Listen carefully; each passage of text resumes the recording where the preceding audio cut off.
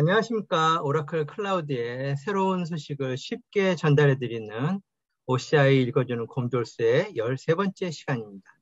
저는 이번 주도 역시나 진행을 맡은 자바 읽어주는 남자, 아빠곰이고요. 헬메탈입니다. 안녕하세요. 민수아빠입니다. 곰돌입니다. 네, OCI 읽어주는 곰돌스 지난주에 한 주 쉬었었는데요. 알고 보니 미국 독립기념일이었다고 하네요. 사람 사는 데는 다 똑같다는 생각이 드네요. 휴가 때 일하기 싫은 건 다 똑같은 것 같습니다. 이제 본격적인 휴가철에 들어가게 되는데요. 저희도 한 주 쉬어야 할까 생각 중입니다. 휴가철에도 저희 곰돌스는 OCI 읽어주는 곰돌스 계속 이어갈 예정으로 있습니다. 많이 기대해 주시고요. 휴가철에도 가볍게 한번 들어봐 주시면 감사하겠습니다. 첫 번째 발표는 테라폼 버전 1.0.2 버전으로 바뀌었다는 내용인데요. 민수 아빠님께서 설명해 주시겠습니다. 네, 첫 번째 소식은 민수아빠가 전달하겠습니다. OCI에는요, 클라우드 쉘이라는 기능이 있습니다. 클라우드 쉘은요, OCI 콘솔에서 제공하는 가상 리눅스 터미널인데요. 클라우드 리소스를 관리하다 보면 때로는 리눅스 자원이 필요하거나 리눅스 터미널이 필요할 경우가 많이 있습니다. 그럴 경우를 대비해서 제공하는 것이 클라우드 쉘이고요. 보시는 바와 같이 OCI 콘솔 웹사이트에서 상단에 있는 메뉴를 클릭하면 하단에 브라우저 기반의 가상 터미널이 뜨고요. 이 안에서 리눅스를 사용할 수 있습니다. 이렇게 제공하는 클라우드 쉘에는요, 다양한 개발 툴들이 설정이 되어 있는데요. 그 중에서 이 안에 설정되어 있는 디폴트 테라폼 버전이 1.0.2로 업그레이드 됐다는 소식입니다. 지지난주에 테라폼 버전이 1.0이 지혜가 됐다는 소식을 말씀을 드렸는데요. 그거에 맞춰서 클라우드 쉘에서 제공하는 디폴트 테라폼 버전도 1.0.2로 업그레이드가 됐고요. 이것을 사용해서 최신 버전의 테라폼 기능을 사용할 수 있다는 내용입니다. 이상입니다. 네, 감사합니다. 두 번째 내용은 오라클 펑션의 문서와 홈페이지 변경에 대한 소식인데요. 민수 아빠님께서 설명해 주시겠습니다. 네, 두 번째 내용과 세 번째 내용이 겹치는 부분이 있어서요. 제가 같이 진행하도록 하겠습니다. 최근에 OCI 클라우드, 최근에 오라클 클라우드의 변화를 보면은요. 상당히 다큐멘테이션에 대한 중요성을 많이 느끼는 것 같아요. 최근에 다큐멘테이션에 대한 좀 효율적으로 접근할 수 있는 방법을 제공하는 것에 대해서 신경을 많이 쓰고 있는 것 같은데요. 그것에 대한 일환입니다. 기존에 오른쪽이 기존의 OCI 펑션, 오라클에서 제공하는 서버리스 기능인데요. 아마존과 비교한다 그러면 아마존 람다와 해당하는 기능이 OCI 펑션입니다. 왼쪽에 있는 내용이요. 기존의 OCI 펑션을 설명하는 다큐멘테이션이었다면요. 이것이 코드 중심으로 개편이 됐고요.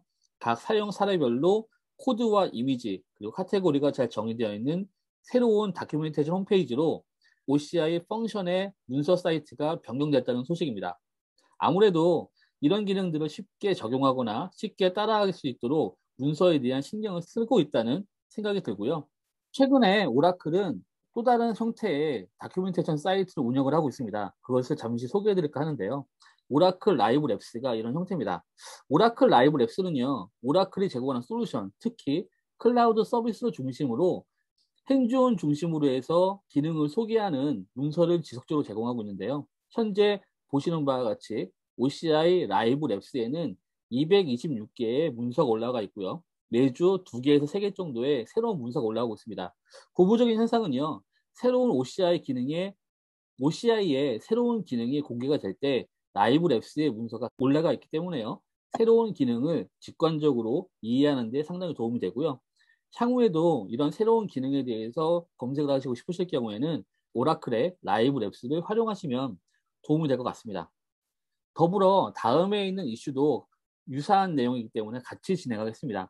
이 내용은요, 앞에서 얘기했던 OCI 펑션에 대한 다큐멘테이션 홈페이지가 업데이트 되었다는 내용인데요. 그 중에서도 좀 더 강조하고 싶었던 모양입니다. 그 중에서도 OCI 퀵스타트 가이드가 좀 더 세부적으로 변경이 되었는데요.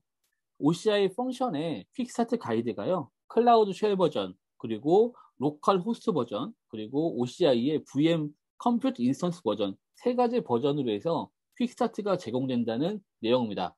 보시는 바와 같이 코드 중심과 이미지 중심으로 스텝 바이 스텝을 따라하기 형식으로 구성되었기 때문에요. OCI 펑션을 이용하고 싶다고 하신다면 이 문서를 참고하시면 효과적일 것 같습니다. 이상입니다. 네, 감사합니다. 네 번째 소식은 노드 닥터 스크립트 now available to troubleshoot 관련된 내용으로 곰돌이님께서 설명해 주시겠습니다. 네, 안녕하세요. 곰돌입니다. 이번 소식은 OK에 새로 추가된 기능입니다. 제목과 설명을 보면요. 이제부터 노드 닥터라는 스크립트로 워커 노드의 문제점을 트러블 슈팅할 수 있다라고 되어 있는데요. 어떤 내용인지 한번 그림을 보면서 살펴보겠습니다. 클러스터의 노드 풀에는 하나 이상의 워커 노드들이 존재합니다.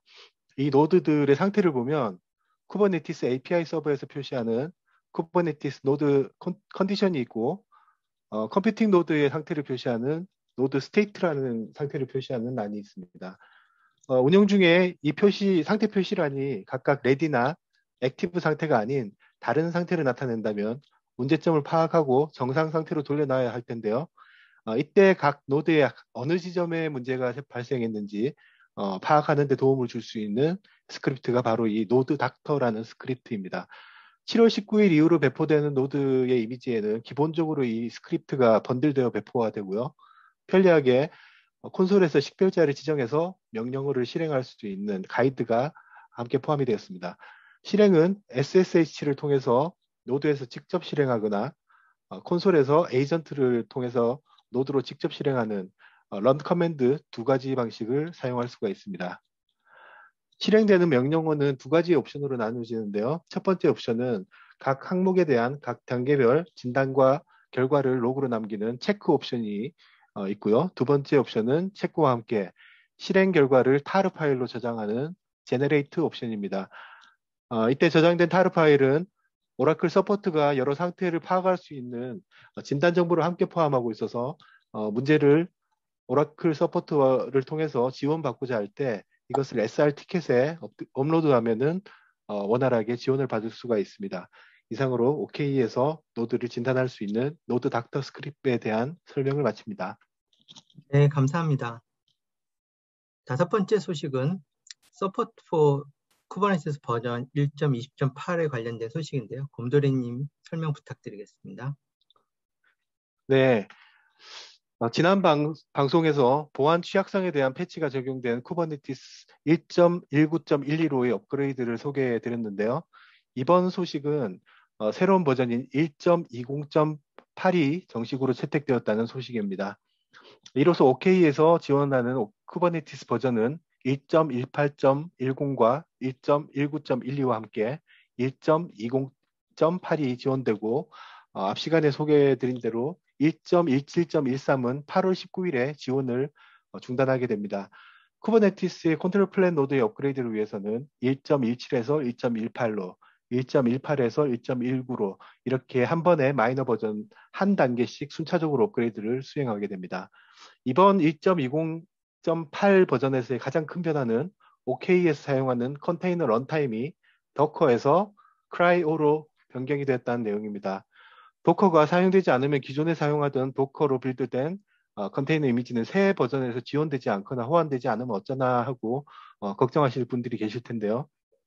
도커 이미지는 OCI와 호환이 되기 때문에 기존 이미지를 변경하실 필요가 전혀 없습니다. 여기서 OCI는 오라클 클라우드 인프라스트럭처의 OCI가 아니라 오픈 컨테이너 이니셔티브 약자입니다. 컨테이너를 실행하는 런타임 환경만 바뀌는 것이기 때문에 OCI 호환 이미지는 쿠버네티스에서 여전히 동일하게 보이게 됩니다. 지금까지 사실상 컨테이너의 표준처럼 여겨졌던 도커는 일반 사기업에 종속된 기술이기 때문에 여러 벤더들에 의해서 이 이식성 문제라든지 벤더의 락인 문제에 대한 우려를 꾸준히 가져왔었고요.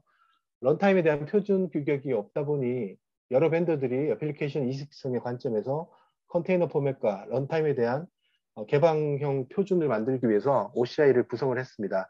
이후에 레드햇, 수세와 같은 OS 벤더와 인텔과 같은 인프라 업체 그리고 여러 솔루션 업체들이 중심으로 런타임에 대한 이식성과 효율성을 위해서 노력한 결과 컨테이너 런타임 인터페이스 CRI가 만들어지게 되었습니다. 여기서 소개되는 크라이오는 컨테이너 런타임 인터페이스 약자와 오픈 컨테이너 이니셔티브의 약자가 합쳐져서 크라이오로 부릅니다.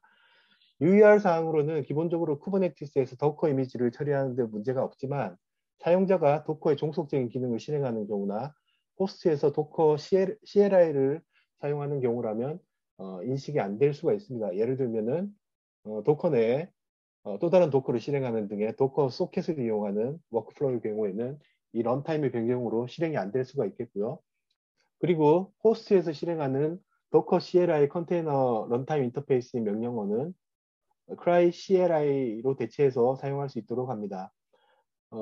쿠버네티스 버전 업그레이드에 대한 자세한 설명은 지난 방송을 참고하시면 되겠고요. 업무 환경이라면 한 번쯤 호환성 문제가 있는지 테스트 후에 실행하는 것을 추천드립니다. 이상으로 쿠버네티스 새로운 버전인 1.20.8의 출시에 대해서 설명을 드렸습니다. 네, 감사합니다. 여섯 번째, OCI 내 데이터 가드 보호 모드에 대한 개선 뉴스입니다. 베어먼텔님께서 설명해 주시겠습니다. 네, 베어메탈입니다. 이번에 OCI 내의 데이터 가드 프로텍션 모드 중 개선 사항에 대한 사항을 발표가 되었는데요. 엑사 데이터 그리고 베어메탈, 버추얼 머신 데이터베이스 클라우드 서비스에 각각에 해당되는 부분에 있어서 데이터 프로텍션 모드의 개선 사항이 어떤 것이 있는지가 이번 새로운 뉴스라고 할 수 있습니다. OCI 데이터 가드 프로텍션 모드를 설명하기 위해서는 우선 데이터 가드의 구조에 대해서 먼저 간단하게 아셔야 될 거고요. 두 번째로는 그 데이터 가드가 여러 가지 프로텍션 모드가 있는데 그러한 프로텍션 모드의 각각들이 어떠한 특징을 갖고 있는지 이 부분에 대한 설명이 필요할 것 같습니다.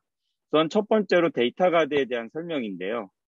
우리가 메인 센터에 데이터베이스들을 보호하기 위해서 이 데이터베이스를 동기화하고 멀리 있는 곳으로 계속해서 변경된 사항들을 유지하는 그러한 구조를 오라클 데이터베이스가 가지고 있고요.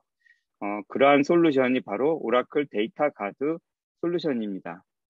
이러한 데이터 가드는 HA나 또는 원거리에 있는 DR 센터의 데이터베이스를 보호하는 그러한 목적으로 구성이 되고 있습니다.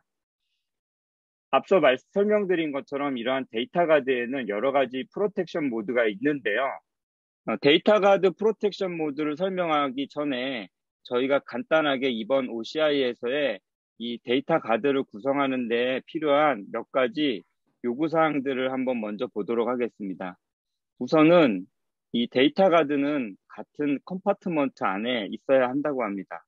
그래서 주 데이터베이스와 스탠바이 데이터베이스는 같은 구획에 있어야 하고요.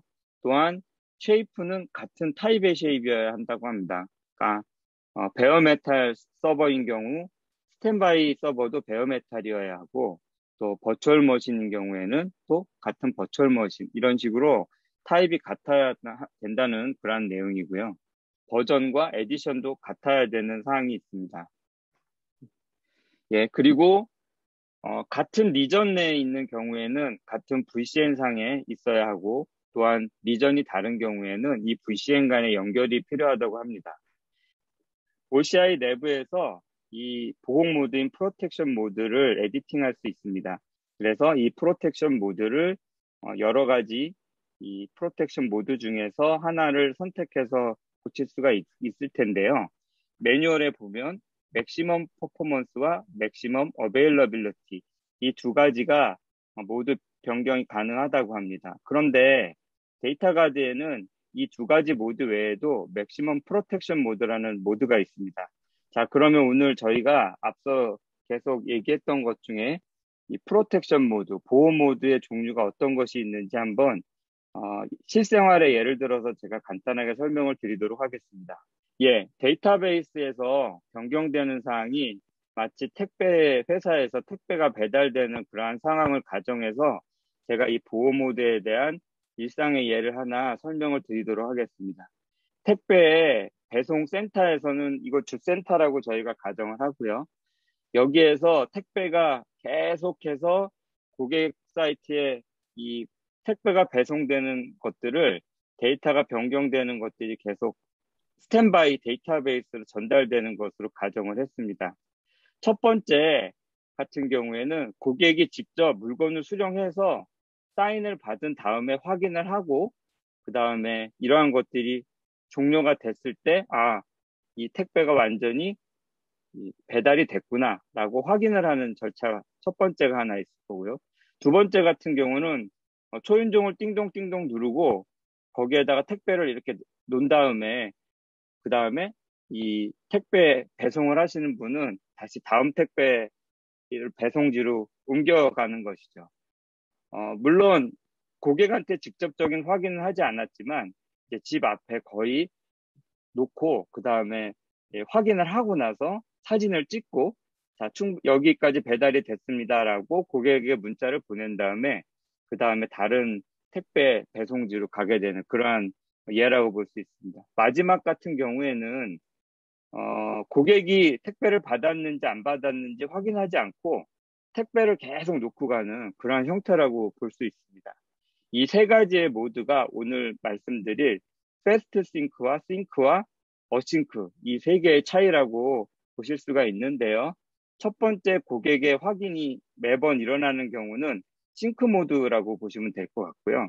두 번째, 이 고객에게 전달된 것들을 카메라를 탁 찍어 놓고 확인을 하고선 가는 것을 패스트 싱크라고 할 수 있고요. 마지막에 고객의 확인 없이 택배 상자를 계속 놓고 가는 이 세 번째 경우를 어싱크라고 할 수 있습니다. 이 부분을 좀 더 자세하게 기술적인 부분으로 설명을 드리도록 하겠습니다. 예, 이 부분은 바로 싱크 모드와 관련된 내용인데요. 데이터베이스에서 트랜잭션이 일어나서 이러한 부분들이 바뀌게 되면 커밋이 일어나게 되고요. 여기에서 데이터베이스 변경 부분이 바로 기록이 됩니다. 그러면 이 변경된 사항은 로컬에 있는 리드로그라고 하는 변경사항을 기록하는 로그 정보에도 기록이 되지만 NSS라고 하는 이것은 리드 트랜스퍼 서비스인데요. 원격지에 있는 스탠바이 데이터베이스로 변경된 사항들을 전달하게 됩니다. 그러면 이 전달받은 내용에 대해서 RFS라고 하는 리모트 파일 서버 프로세스는 스탠바이 리드 로그에 해당 내용을 기록하게 되고요. 그렇게 기록이 끝난 다음에는 완전한 확인 절차가 마쳐졌기 때문에 프라이머리 데이터베이스에 바로 내가 이러한 내용을 잘 받았어 라고 내용을 다시 어크놀로지 신호를 보내게 되죠. 이렇게 이 스탠바이 데이터베이스에 이 변경된 사항들이 기록된 것까지 완전히 확인을 한 다음에 하나의 트랜잭션을 마무리 짓는 것을 싱크 프로세스라고 하고 있습니다. 그래서 동기화가 완전히 이루어지기 때문에 이러한 부분들은 사실상 가장 보호 모드가 높은 형태의 최고의 보호 모드라고 할 수 있겠습니다. 두 번째 모드는 패스트 싱크라는 모드입니다. 앞서 말씀드린 것처럼 이제 트랜잭션이 변화가 됐을 때 어떻게 일어나는지 비교를 해서 설명드리겠습니다. 두 번째 패스트 싱크 프로세스에 대한 설명입니다. 앞서 말씀드린 것처럼 데이터베이스에 이러한 변경사항이 일어났을 때는 똑같이 NSS 프로세스가 스탠바이 데이터베이스의 RFS로 리드 변경사항을 전달하게 되는데요. 앞서 싱크 모드에서는 스탠바이 쪽에 리드 로그에 기록이 된 것을 확인한 다음에 그 다음에 내가 받았다는 신호를 다시 보내게 됐었는데 지금은 RFS가 해당 사항을 전달하고 리드 로그에 기록하기 이전에 바로 주 데이터베이스에다가 내가 받았다라는 것을 전달하게 됩니다. 그리고 나서 자신의 리드 로그에 기록을 하게 되죠. 이것의 차이는 뭐냐면 결국 스탠바이 쪽에 있는 리드 로그의 기록을 언제 하느냐에 대한 차이인데요. 이 부분 때문에 IO가 일어나는 이러한 시간을 줄여서 주센터에 있는 프라이머리 데이터베이스의 트랜잭션을 처리하는 데 있어서 속도는 굉장히 빠르게 되지만 마찬가지로 RFS가 스탠바이 리드 로그에 기록하는 그 내용이 만약에 누락이 되게 된다고 한다면 이 부분에 대한 데이터 로스가 일어날 수 있는 그러한 요소가 있다라고도 볼 수 있죠. 마지막으로 어싱크 모드에 대한 설명인데요.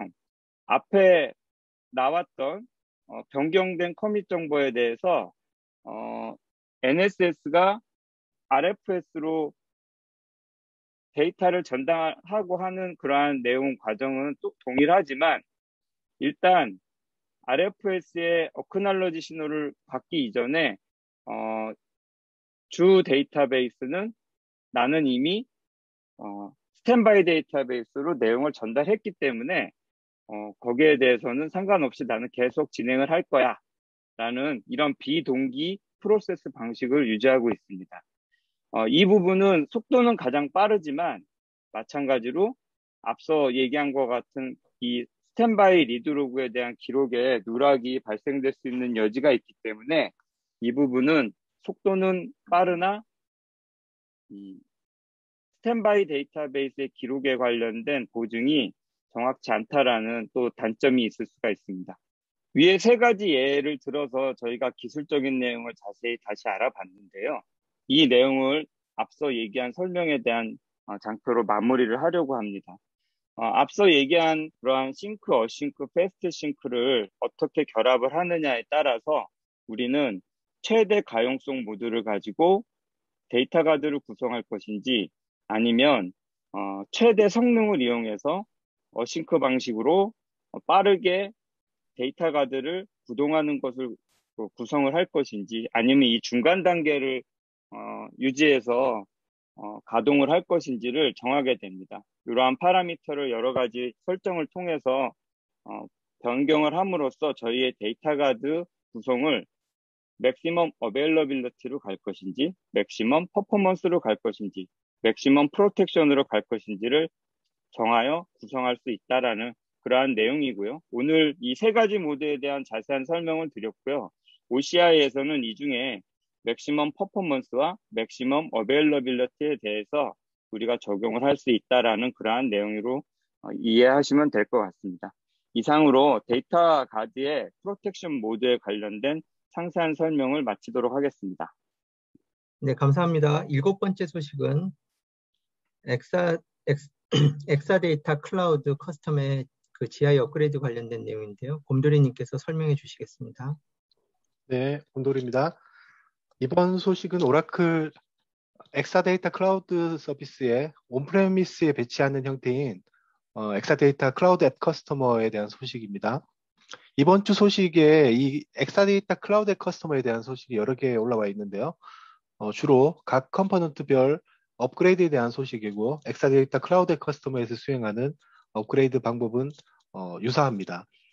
엑사데이터 클라우드 앱 커스터머의 첫 번째 소식은 VM 클러스터의 오라클 그리드 인프라스트럭처를 업그레이드하는 방법입니다. 조금 더 정확하게 설명하면 이번 릴리즈에서 OCI를 통해 제공되는 자동화를 이용해서 VM 클러스터의 그리드 인프라스트럭처 19C로 업그레이드할 수 있다는 내용입니다. 엑사데이터 클라우드 커스터머를 줄여서 엑사CC라고 하는데요. 사용자가 데이터베이스를 실행하는 VM 클러스터를 원하는 크기에 원하는 노드 수에 맞춰서 직접 구축할 수가 있습니다. 이때 사용되는 기반 클러스터가 오라클 그리드 인프라스트럭처인데요. 클러스터의 데이터베이스를 19C로 업그레이드하기 전에 필요한 전 단계가 기존 VM 클러스터를 19C 그리드 인프라스트럭처 버전으로 업그레이드하는 것입니다. 그림에서처럼 VM 클러스터의 상세 보기에서 현재 버전의 그리드 인프라스트럭처가 있고 업그레이드 가능 정보를 확인할 수가 있습니다. 링크를 클릭하면 VM 클러스터의 소프트웨어 업데이트 관리 페이지에 진입하게 됩니다. 업그레이드 옵션으로 사용할 수 있는 특정 19C GI 버전이 표시가 되고 이 두 버전을 업그레이드 대상으로 사용할 수가 있습니다. 오라클은 업그레이드를 시작하기 전에 특정 19C GI 대상 버전에 대한 사전 검사를 실행할 것을 권장하고 있습니다. 오른쪽에 있는 프리체크를 실행하는 것인데요. 19C GI를 업그레이드에 대한 사전 확인은 클러스터에서 실행하는 데이터베이스의 가용성에 전혀 영향을 미치지가 않습니다. 사전 확인이 성공적으로 완료되면 19C 대상 GI 버전으로의 업그레이드를 시작할 수가 있는데요. 사전 점검을 완료하는 것이 권장되지만 필수는 아닙니다. 19C로의 GI 업그레이드는 한 번에 한 노드씩 롤링 방식으로 업그레이드를 적용하기 때문에 데이터베이스에서 실행되는 워크로드의 가용성에 영향을 미치지 않습니다.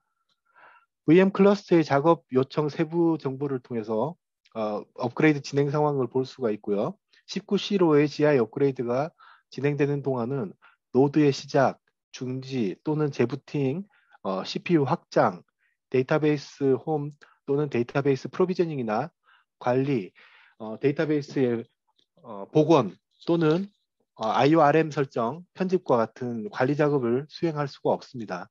그리고 데이터 가드에서의 스위치 오버라든지 페일오버와 같은 작업도 GI 업그레이드가 진행 중인 상태에서는 VM 클러스터가 허용되지 않습니다. 마지막으로 작업이 완료되면 VM 클러스터의 업그레이드 기록은 업데이트 히스토리에서 확인할 수가 있는데요. 이 업데이트에 사용된 타임스탬프, 상태 및 버전과 함께 19C GI 작업으로의 업그레이드 정보를 호출합니다. 참고사항으로는 예정된 엑사데이터 인프라 유지 관리의 일정 24시간 내에 시작하는 경우에는 이 작업이 수행될 수 없다는 점을 알려드리겠습니다. 이상으로 엑사데이터 클라우드 커스터머에서 GI의 19C로의 업그레이드에 대해서 설명을 마칩니다. 네, 감사합니다. 8번째 소식은 엑사 클라우드 커스터머의 네트워크 유효성 관련된 내용인데 곰돌이님께서 설명해 주시겠습니다. 네, 이번에도 엑사데이터 클라우드 커스터머에 대한 소식인데요. 엑사CC로 줄여서 부르죠. 설명에 보면 네트워킹 구성 문제 해결에 오라클 클라우드 옵스의 개입 없이 네트워크 검증 실패 보고서를 검증하고 검사합니다라고 되어 있는데요. 이것만 봐서는 잘 이해가 안 되죠. 바로 이 엑사CC의 독특한 배치 형태 때문에 일반적인 OCI와 다른 기능이 추가가 되었습니다. 클라우드 인프라를 고객이 사용하는 데이터 센터에 배치하기 때문에 이 연결된 네트워크 환경은 고객사의 네트워크를 이용합니다. 이때 필요한 정보가 상당히 많은데요. 여기서 레포트되는 내용들은 그러한 정보들에 대한 검증 결과를 보여주는 것입니다. 예를 들어서 물리적 링크라든지 케이블 연결 문제, 그것들을 감지하기 위한 링크 상태, 액세스 문제를 감지하기 위한 VLAN ID 확인, 액세스 문제를 감지하기 위한 게이트웨이 검사, 호스트 이름 항목의 유효성을 검사하는 DNS, 특정 DB 서버 IP로의 접근을 보장하고 시간의 정합성을 확인하기 위한 NTP 검사, DB 서버에 할당된 IP의 가용성 확인을 위한 네트워크 핑 테스트, 그 밖에 여러 정보들을 여기서 포함하고 있습니다. 이러한 정보가 오라클 데이터 센터가 아닌 고객사 데이터 센터에서 검증이 돼야 되는 요소들이기 때문에 원격에 있는 오라클 클라우드 옵스보다 먼저 고객이 직접 확인할 수 있다면 문제점을 바로잡는 데 훨씬 더 빠른 접근 방법이 될 수가 있습니다. 검증 레포트는 어떻게 동작하는지 그림을 한번 살펴보겠습니다. VM 클러스터 네트워크 생성 시 나타날 수 있는 상태는 validated, require validation, updating, allocate 이런 류의 그 상태들을 표시할 수가 있는데요. 이 중에서 유효성 검사 실패인 validation failed로 표시되는 경우, 아래쪽 그림에 붉은색으로 표시되는 이러한 경우에만 레포트를 다운로드 받을 수 있는 버튼이 활성화됩니다. 다음 화면 한번 보실까요? 여기 보시면 failed를 이름을 클릭을 하시면 지금 오른쪽 상단에 보이는 다운로드 레포트라고 하는 버튼이 활성화가 되고요. 이 버튼을 다운로드하면은 JSON 형태의 검증 레포트 파일을 다운로드를 할 수가 있습니다. 각각의 내용에 대해서는 직접 트러블 슈팅이 어려울 경우에는 이 레포트를 오라클 지원팀과 공유를 해서 문제를 해결하는 데 도움을 얻을 수가 있습니다. 이상으로 엑사CC에서 네트워크 검증 레포트 다운로드 기능에 대해서 소개를 마치겠습니다. 9번째 소식은 앞선 엑사 클라우드 커스터머의 소식입니다. 이어서 곰돌이님이 설명해 주시겠습니다. 네, 곰돌이입니다. 엑사데이터 클라우드 커스터머 소식인데요. 세 번째 소식인 게스트 VM OS에 대한 업데이트 소식입니다. 이번 릴리즈에서 소개되는 게스트 VM OS 업데이트 방법은 앞서 소개한 그리드 인프라스트럭처의 업그레이드 방법과 동일한 자동화 기능을 이용해서 게스트 VM OS를 최신 상태로 업데이트한다는 내용입니다. 그림을 보면서 한번 설명을 드리겠습니다. VM 클러스터 상태 보기에서 VM OS 이미지의 상태를 확인할 수 있고 최신인지 업데이트가 가능한지 체크를 확인한 후 링크를 눌러서 업데이트 관리 페이지로 진입을 합니다. 마찬가지로 프리체크를 실행해서 잠재적인 문제를 사전에 발견하고 해결해서 게스트 VM OS 이미지를 업데이트를 계획을 합니다. 클러스터 내에 실행 중인 데이터베이스 워크로드는 중단 없이 계속 실행이 되고요. 사전 확인이 끝난 다음에는 Apply Exadata OS 이미지 업데이트 버튼을 눌러서 실제 업데이트를 수행을 하는데요. GI 업데이트 때와 마찬가지로 클러스터 내 VM 업데이트는 롤링으로 업데이트 되기 때문에 운영 중인 데이터베이스 워크로드에 중단 없이 업데이트가 됩니다. 업데이트가 실행되는 동안에는 VM 클러스터 상태 정보 페이지에서 진행 상황을 확인할 수가 있고요.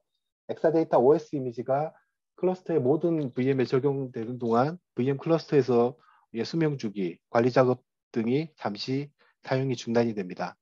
OS 이미지 업데이트 작업의 진행 상황은 진행 상황 툴팁을 통해서 제공되는 세부 정보 보기, 하이퍼링크를 클릭해서 관련 작업 요청을 통해서 추적할 수가 있습니다.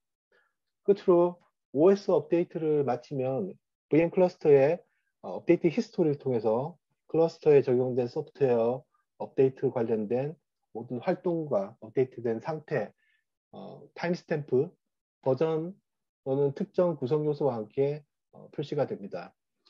참고사항으로는 예정된 인프라 유지 관리 일정 24시간 이내에 시작하는 경우 이 작업이 수행될 수 없다는 점을 미리 말씀드립니다. 이상으로 엑사CC에서 게스트 VM OS 업그레이드 기능에 대해서 설명을 마치겠습니다. 감사합니다.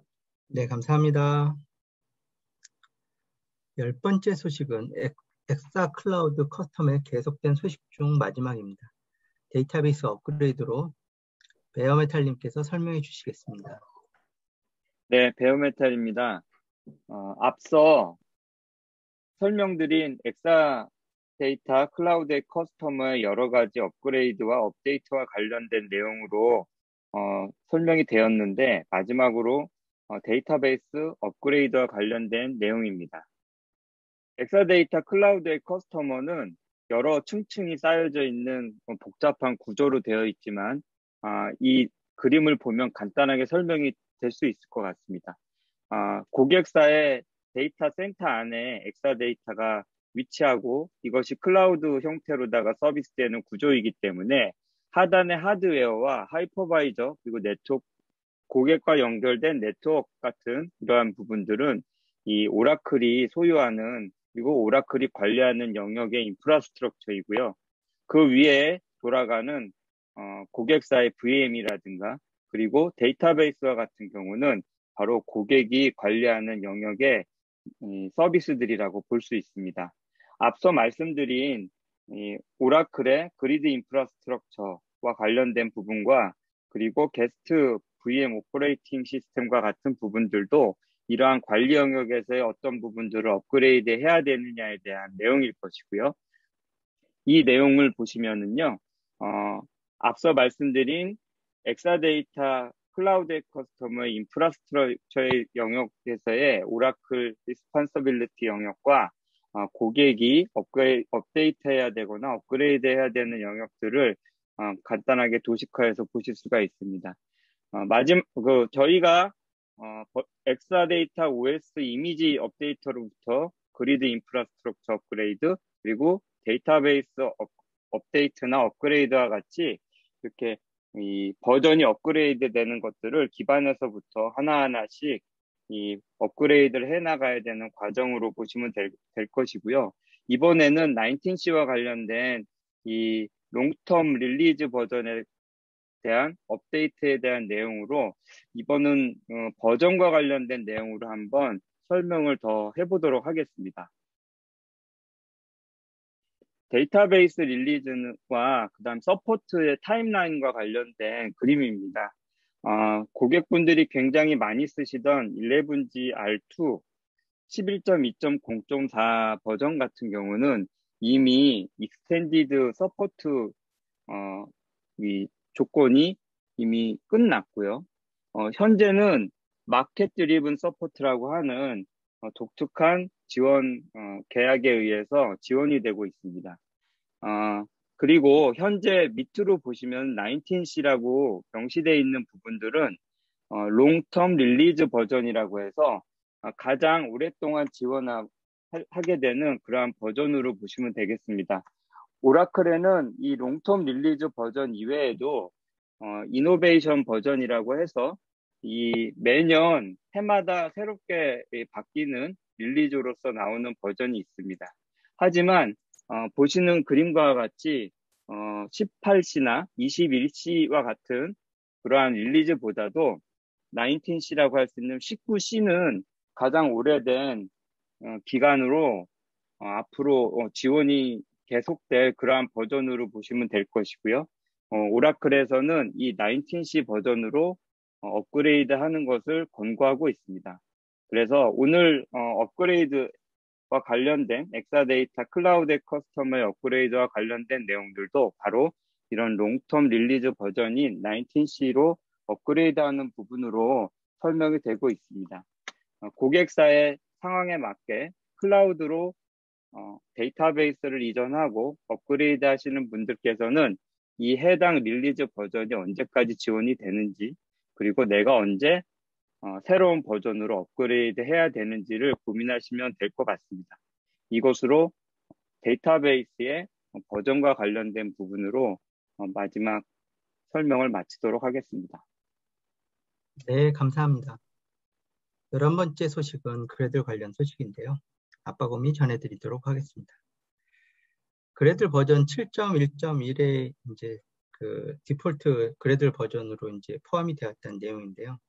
이전까지 OCI에서는 그래들 버전 6점대 버전을 지원을 했는데요. 기존의 그래들 버전 6가 2021년 3월 16일에 출시된 자바 16을 지원하지 못했습니다. 그래서 2021년 4월 6일 출시된 그래들 7에서 지원을 하게 되었는데요. 이걸 OCI에서 반영이 된 걸로 보시면 되겠습니다.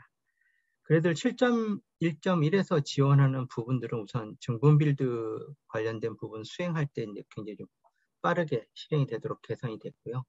종속성 관련된 이제 무결성 확인을 해서 빌드 관련된 부분 좀 더 이제 안정성이라든지 이런 부분이 좀 개선이 되었습니다. JDK 16 버전 관련돼서도 이제 좀 지원을 하다 보니까 이제 그래들 DSL 빌드에서도 이제 그루비 3 언어를 이제 사용할 수 있도록 업그레이드가 됐고요. 그래들 관련돼서 지금 애플 실리콘에서 이제 쓰는 경우에 기본 기능은 이제 좀 가능한데 각 기능에서 이제 기본 JDK ARM을 이제 사용해서 지원이 되는데 이전 버전 그래들에서는 애플 실리콘 맥에서 작동할 수 있는 몇 가지 좀 제한들이 좀 있었습니다. 예를 들어서 이제 인텔 JDK가 로제타 2 이제 호환성 계층에서 이제 절반 속도로 실행 중이면 이제 뭐 일부 기능들은 이제 비활성화한다든지 이랬었는데 이런 것들이 이제 풀로 다 이제 지원이 되게 바뀌었다고 보시면 되겠습니다. 이상으로 마치도록 하겠습니다. 자, 12번째 소식은 서포트 센터 관련된 소식으로 민수 아빠님께서 설명해 주시겠습니다. 이번 업데이트에 대해서는 민수 아빠가 진행하겠습니다. OCI 콘솔에서요, 플로팅 메뉴가 하나 생겼습니다. 플로팅 메뉴는요, 화면에 떠 있는 메뉴를 말하는데요.